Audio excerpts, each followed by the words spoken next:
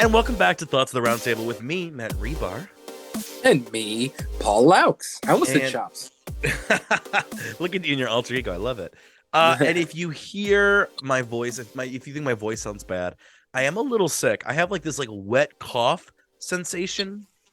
Yep, I don't that's know what exactly it what I is. got. What is I feel this? like What do we I have? don't know, but I've been taking down throat lozenges like a 95-year-old man. Like, you Oh. know, those Ludens, man, they're the best. I'm telling you. Not sponsored, but maybe they should. Yeah, seriously. They're the best, especially one of the cherry fillings. Ooh. I'm not going to lie to you. I kind of missed, I don't necessarily miss the mask, but what I loved about the mask was no one got sick when we all had masks on. We were all doing pretty good.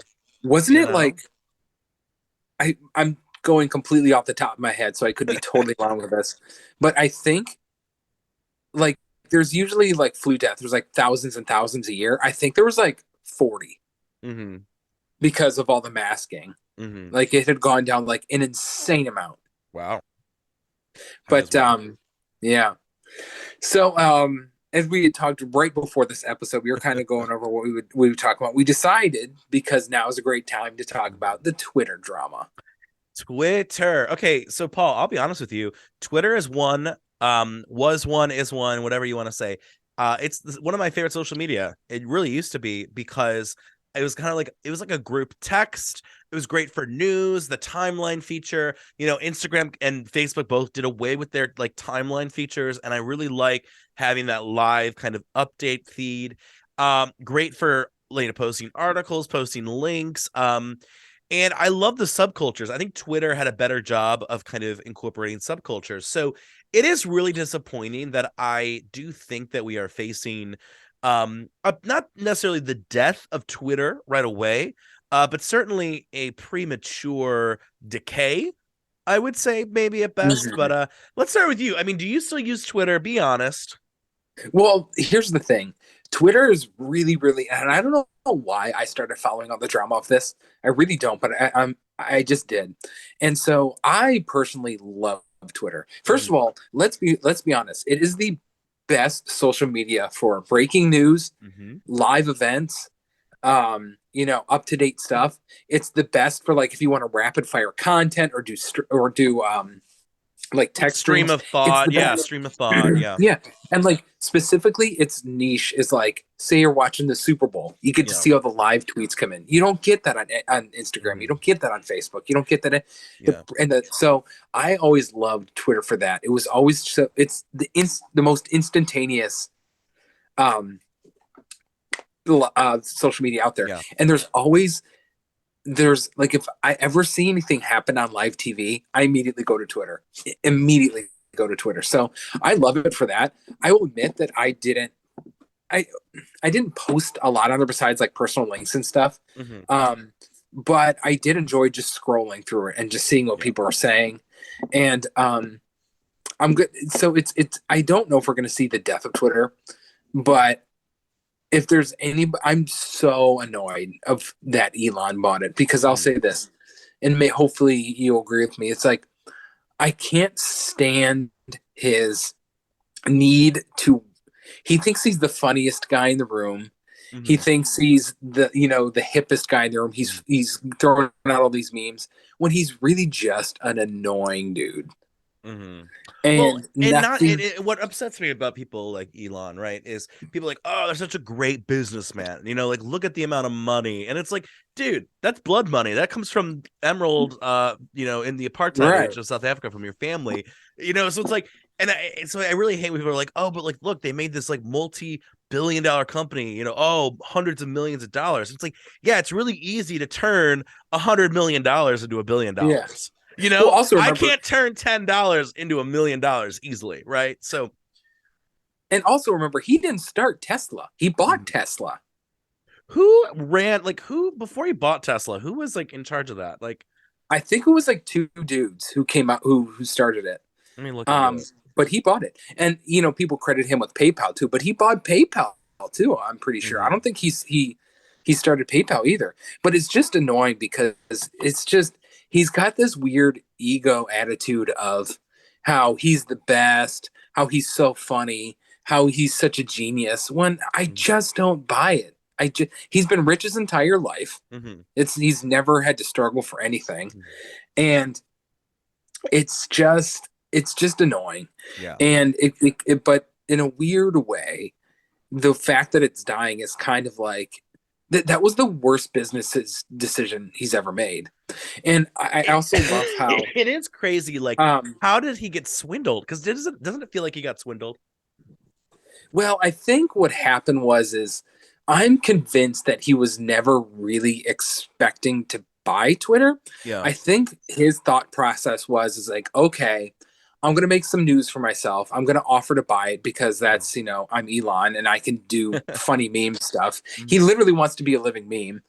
And so he offered this crazy thing and he got himself into a bind where it almost was like, because they sued him because he tried to back out. Mhm. And I think he kind of realized that this was the lesser of two evils money wise. Like he was going to lose Mhm. money either way. Mhm. So he kind of just went with this. And so, but he's going to lose, like, if it shuts down, he's going to lose like 44 billion. But it's just hilarious. Because Apple has stopped advertising on Twitter now. Oh, a lot of companies have. I mean, Yeah. let's But first talk. no, Before we before I dive into get, that. Oh, go ahead. no, because I had a point on that. It was hilarious because he goes, "Oh, these companies like Apple don't support free speech because they want to Mhm. It's like that is free speech by not wanting to advertise on Yeah. your site. Well, there's a lot of elements, but I do want to address, when we're talking about 44 billion, the company Twitter has been evaluated for 8 billion. So I know for us poor people at home, right? Think of it like an $8 sandwich you bought for $44. Like, right? It's like Mm-hmm. it just feels like really crazy to me that like how did they like it'd be one thing to say I'm going to buy it for 12 million. And to be fair, I've had $8 sandwiches and I'm like I would have paid 12 for that. I would have maybe paid 15 for that $8 sandwich, but a $44 sandwich, like I want like golden ham. I want Well, flakes of well, caviar. what basically happened? That's a good analogy, and in a good term is so basically Elon was eating an $8 burger, Mm-hmm. and he went to the chefs of it and said, "I'll buy this thing for $56 and fix it." Mm-hmm. And they say, "Okay, let's do it." And basically, he says, "Well, I'm just kidding." And then they settle for 44, and now he's acting like it's the best thing he's ever had because Yeah. basically he hasn't changed anything. Um, I do absolutely love that checkmark fiasco. That was the Yes. best. So for our listeners who maybe are not familiar with Twitter, do you want to run them through kind of what the check mark is and Sure. kind of what happened? Give us a little background. So way back when, there's a thing called a blue check, and it's kind of like it's called a verified profile. Mm-hmm. And initially, um, what it was designed when Twitter first came out. It was supposed to be used as a verification system. So when you verified your email address, your name, your phone number, and who you are, you would get this blue check that would basically say it's a verified profile. This is who they say that is. But over time, it developed and it became really, really, really hard to get. And even the people who were handing those out were really like, they didn't have set rules. They were kind of just doing whatever. And so it ended up being like a status, like celebrities would get it, big businesses would get it, influencers and stuff like that. And so it became a status symbol. And so what happened is Elon decided, he goes, screw it. I'm going to say you can buy the blue check mark for Mm-hmm. $8 on any account. So what was happening is people were starting profiles, and what really got him pissed off about it, were starting profiles that said Elon Musk and then buying a blue badge. So it looked like it was actually like Elon Musk, or it looked like it was actually Nintendo, or it looked like it was AT&T. And people were believing these were the legit accounts because the blue checkmark for so long had been used to verify profiles. So I think it knocked a couple there was some insulin company, Mm-hmm. and they said they were dropping their insulin prices by 3/4, and it tanked their stocks by like $3 billion. It's so funny. And but what's funny is none of that stopped because eventually this whole buying the blue check thing stopped. But that what stopped it was people were starting to imitate Elon himself, and Yeah. it pissed him off. And so the one that really sent him over the edge, I guess, from what I read, is someone had started an Elon account and got the blue check mark.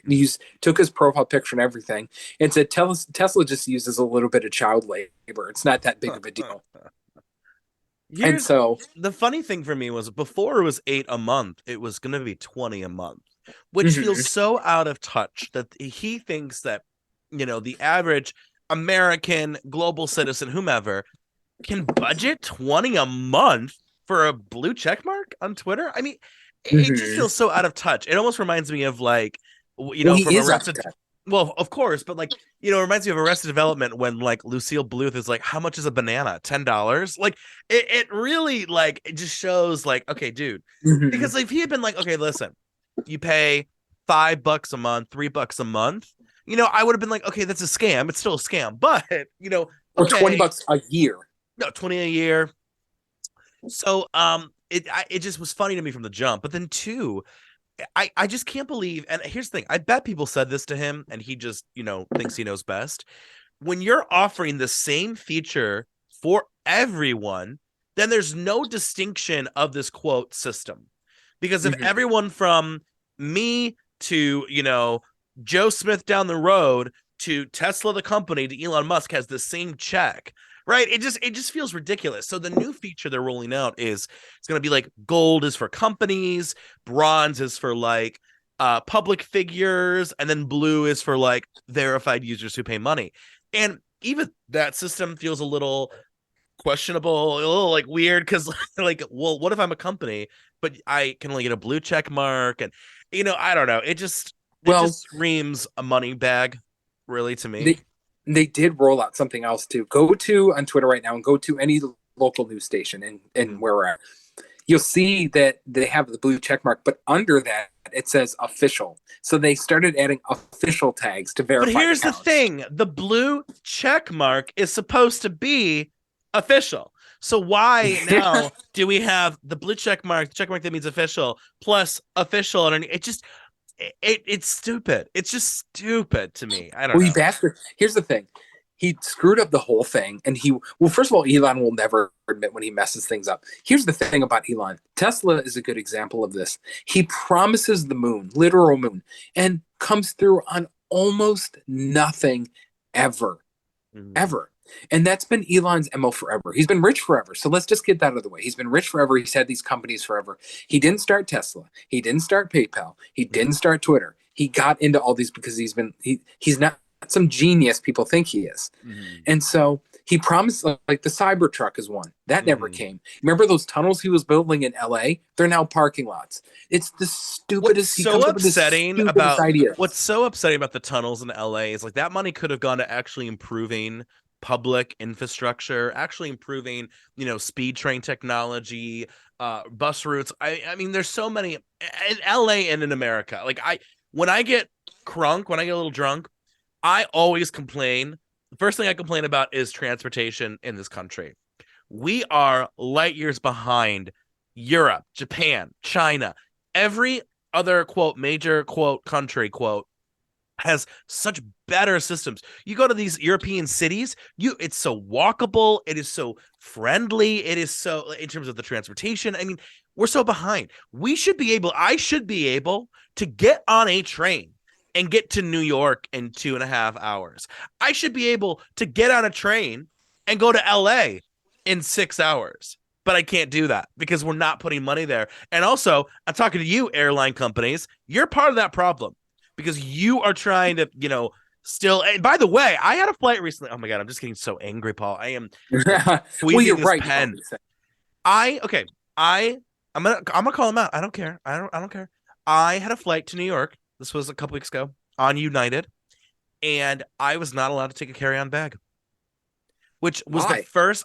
I just was not allowed. I had to pay $35 to get my bag put in the under the plane, and then $35 on the way back. So I paid $70. I was so pissed.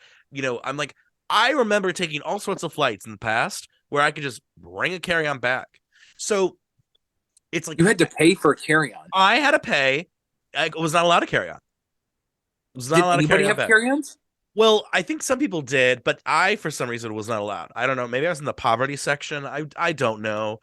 but I did not have was not allowed to carry on bag, and I paid like I mean it wasn't like it was a cheaper flight. I think I paid like 200 round trip, but like give me my bag. And now I have to pay $70 so I can get some disco pants and some nice shoes to New York and back. I mean, I don't know. I just feel like, especially with COVID, we learned so much about like the airline industries and they're just scamming left and right and all these underpaid pilots, underpaid flight attendants. I mean, I just want to burn the whole system down. I say, fuck the airplane industry. We need to invest in trains. And that just makes sense.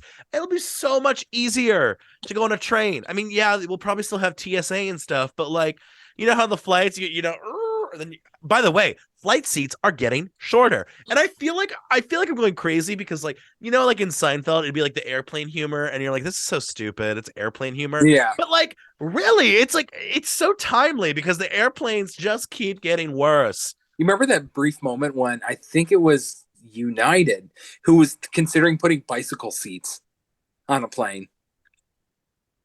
But going back to all, because I agree, these industries they're just, we should be able to have trains. But going back to what it was, because I really want to get your thoughts on it before I end things, Yeah. is the whole First Amendment thing. Because the reason Elon always pushed that he wanted Twitter, because he said it was his favorite social media and that it could be a champion of the First Amendment, which was hilarious when he first took over, because I kept an eye on this. What, like, I actually went through the terms of service to see like what changed, what rules are implemented. And he did change the content moderation. First of all, he said the first thing he's ever said is there's going to be no content moderation. And then we had issues of like legitimate terrorists showing up, on there. So you don't want that. And so he's like, okay, we're going to have content moderation. The rules he put in place were actually stricter than the ones he had before, that they had before. Now, he claims it goes, I was just, confirming things and making it less opaque. True. But in a way, he actually made the content stricter. And so there's still content moderation, as there should be. There's still rules and regulations. And what's hilarious is one of the things, and I'm not a fan of Trump. Everyone knows this.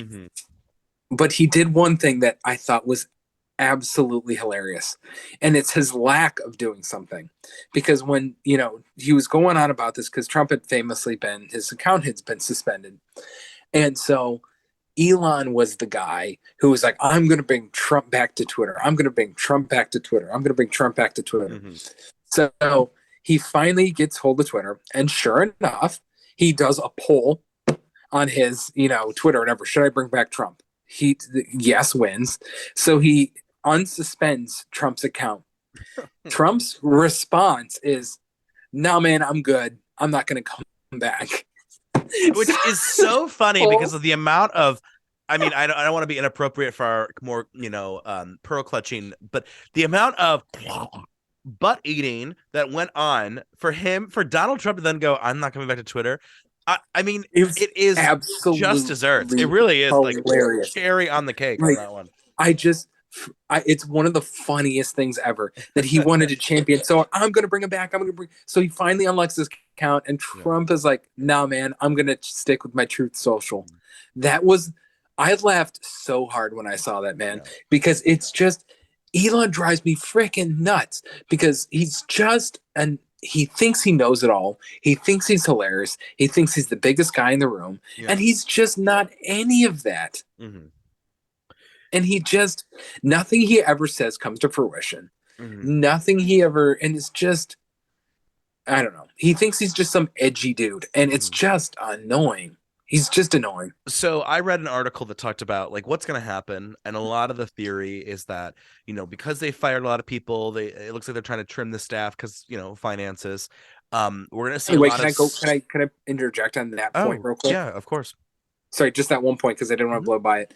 He had let all those people go, and then did you see it just scramble to hire people back? Oh yeah, because he let go people that were like super integral to like the data operations and logistics, and it's like, dude, how do you not like verify who you're letting go? Like, come on. All right, anyway, sorry to interrupt. No, you're good. So the prediction is that because of all this, we're going to see more and more problems, more and more lag time.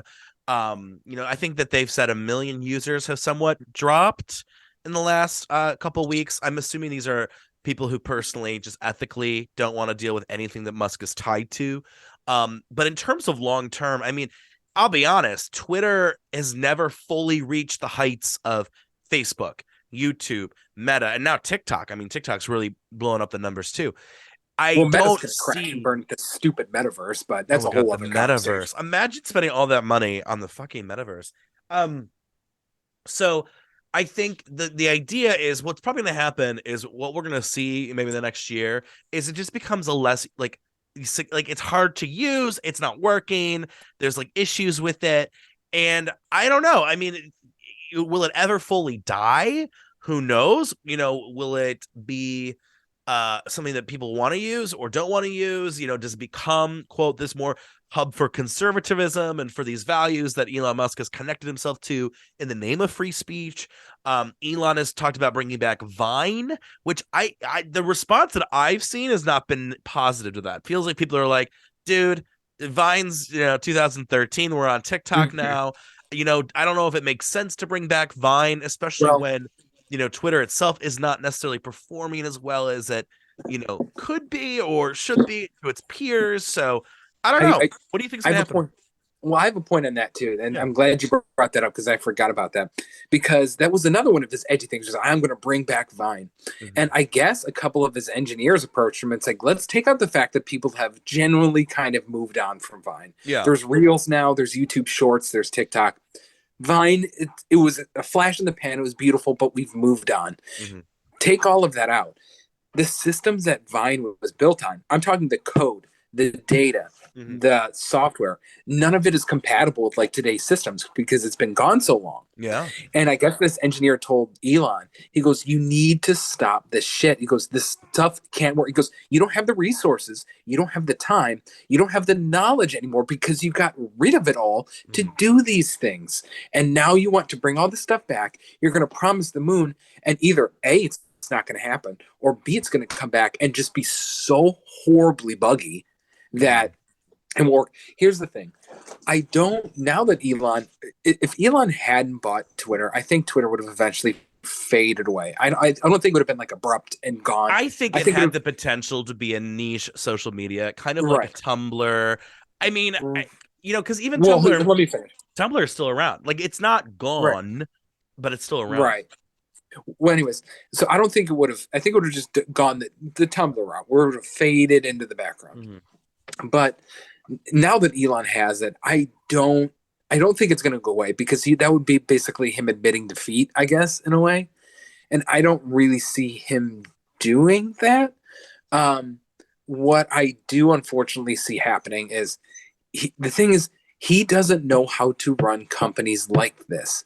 Hmm. He's never had a social media company, and as weird as it sounds, okay, maybe he's smart with running businesses. I'll give him that. Sure, whatever. But he's not a data engineer. He's not a software engineer, at least to my knowledge. Hmm. I don't think he's ever done stuff like that. And he's not. He's letting go of these people who he thinks aren't integral to this. Clearly, it's already happened, and he's just trying to make waves. And it's just going to become they've already had issues with verification. Hmm. People were logging out and couldn't log back in. It was just horribly buggy, the blue check mark thing. And he has this weird thing of he goes, if you work for me, you're going to work 80 hours a week, you're going to do it. And Hmm. people just aren't about that anymore. And he's going to try to die on this hill, this really Hmm. weird hill. And I think it's just going to get really crappy, Yeah. really buggy. It's going to have a horrible, Hmm. stinky stigma attached to it, Hmm. and people are just going to fade away.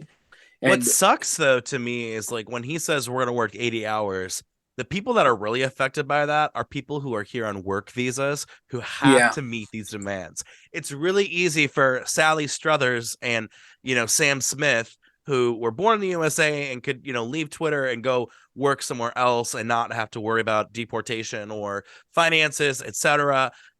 That's who my heart goes out to, are the people who are still working at Twitter, mhm. unable to leave because of certain You're elements right. like that, which is really upsetting. I mean, that to me is really upsetting because it almost feels like some kind of pseudo wage slave kind of prisonee almost relationship there, Mhm. where you're kind of almost saying, well, you have no choice but to work those 80 hours for Right. me. And I think you're right too. In the last 2 years, we've seen this anti-work kind of like, whiplash, with COVID and quote unquote essential workers and these companies that were doing shady things and wage issues. And I think you're right. I think we are in a society that no longer the average person does not believe in I'm just going to work all the time. And this comes from someone who, listen, I work all the time. But Yeah. I think the average person, they're like, listen, I'm not going to become a millionaire. I'm not going to become a billionaire. I just need to get my basic needs met. I got to cover for me, cover for my family, whatever it is. And that's what I got to do. And I'm And not going to go above and beyond.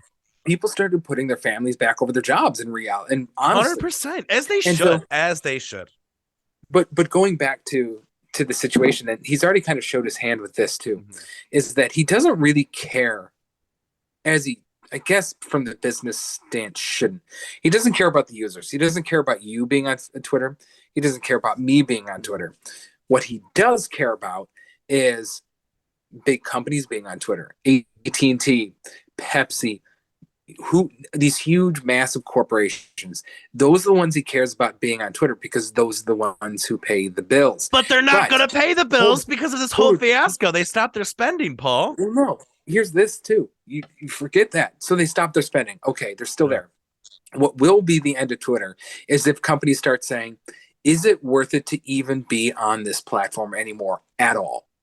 Because it'll become so toxic. And if he really does get rid of content moderation, if it becomes racist, if it becomes transphobic or homophobic, to a point where these companies think, you know what?